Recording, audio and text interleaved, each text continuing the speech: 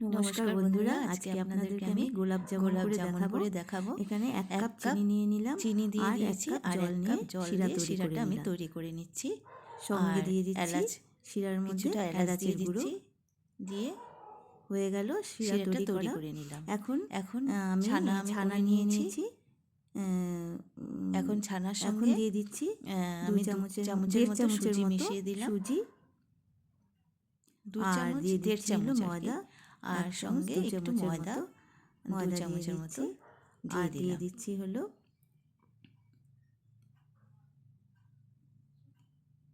Baking soda 1 চিমটি, আর খাওয়ার soda দিয়ে দিচ্ছি, আর দিচ্ছি এলাচের গুঁড়ো, বড় এলাচের গুঁড়ো দিয়ে দিচ্ছি। আর এখন হাত দিয়ে সুন্দর মসৃণভাবে মেখে নেব। সব উপকরণগুলি ভালো করে হাতে মেখে নিচ্ছি। তারপর এখন দিয়ে দিচ্ছি হাফ চামচের মতো চিনি।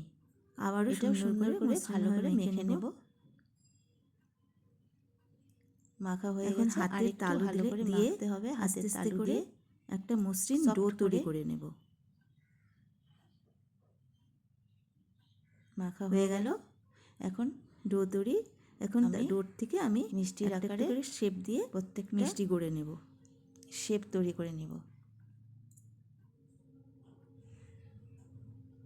এভাবে আমি প্রত্যেকটা মিষ্টি তৈরি করে নিলাম। হাতে ভালো করে হাতের তালুতে খুব সুন্দর করে মিষ্টিটা গড়ে নিতে হবে, যাতে ফাটল না থাকে।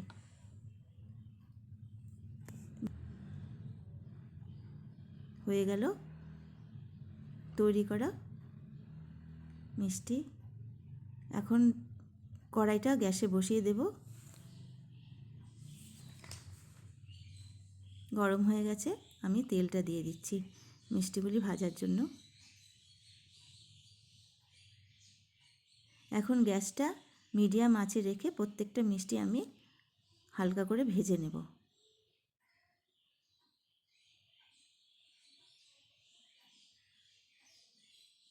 এখন মিষ্টিগুলি আমি আস্তে আস্তে করে উল্টিয়ে দিলাম। এইভাবে উল্টে পাল্টে আমি মিষ্টিগুলি ভেজে নেব। দেখুন কালারটা খুব সুন্দর চলে এসছে।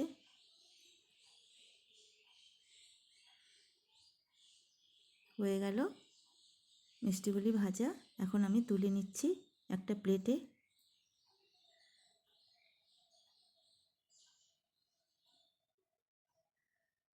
এখন শিরাটা আবার আমি বসিয়ে দিলাম গ্যাসে, একটু গরম করে নেব।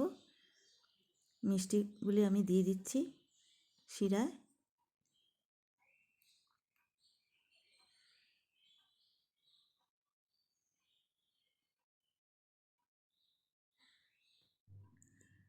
গরম করে নিলাম। প্রতিটা মিষ্টির ভিতরে শিরা যাতে ঢুকে যায়। হয়ে গেল। এখন কিছুক্ষণ একটু ঢেকে রেস্টিং টাইমে দিতে লাগবে। তারপর আমি মিষ্টিটা একটা বড় বোলের মধ্যে নামিয়ে নিচ্ছি।